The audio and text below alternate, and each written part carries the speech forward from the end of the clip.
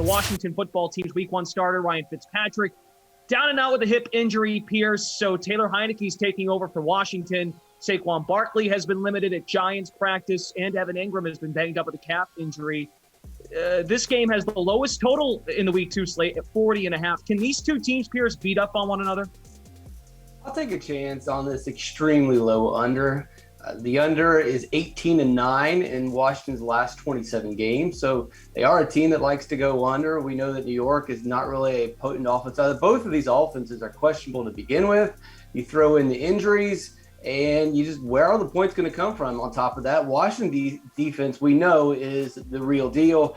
New York probably is taking a step forward. We didn't really see much of that in the first game, but they should be a decent defense here.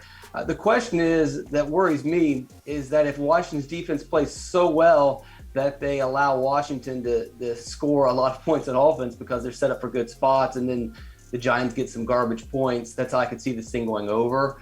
But if both defenses just play good, I just don't see how these offenses can score. There's no one here.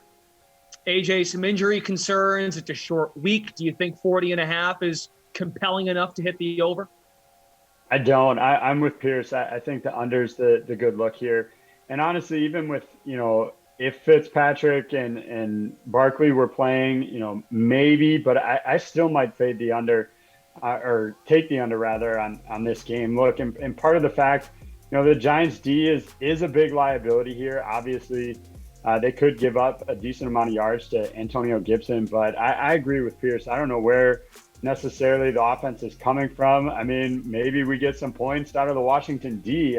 I guess that's certainly a possibility as well. A pick six or something is not outside the realm of possibility with Daniel Jones under center. So maybe there's a spot, but I think the under is the safe play.